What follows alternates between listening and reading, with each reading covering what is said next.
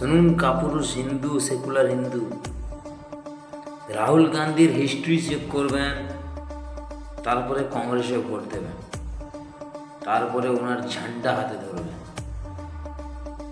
আপনি হিন্দু হয়েও হিন্দু নামের কলঙ্ক, আপনার নরকেও ঠাঁই হবে না, ঠিক আছে?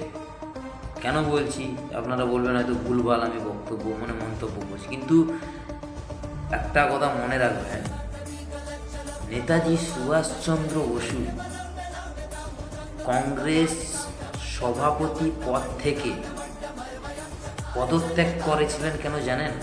কারণ কংগ্রেসের সবসময় হিন্দু বিরোধী থাকে, সবসময় হিন্দু বিরোধী উনার নীতি, মানে নেতাজি সুভাষচন্দ্র বসুর পছন্দ হয় না, তার জন্য উনি পদত্যাগ করেন। আমরা তো আলো আলছা।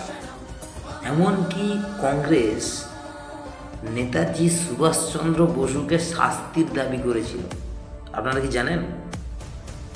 ঠিক আছে, কংগ্রেস পার্টি করছো। আজকের দেশের আজকের আমাদের রাষ্ট্রীয় গীত হচ্ছে, যেখানে রাহুল গান্ধী মাদারচোদ ওখানে আমাদের রাষ্ট্রীয় গীতকে অপমান করছে, তার সত্ত্বেও ওই সেকুলার মাদারচোদ হিন্দুগুলো তাও ওর পা চাটছে। ভাবা যায়? সত্যি বলছি, ডিএনএ আপনাদের কিছু ডিএনএতে প্রবলেম আছে মনে হয়।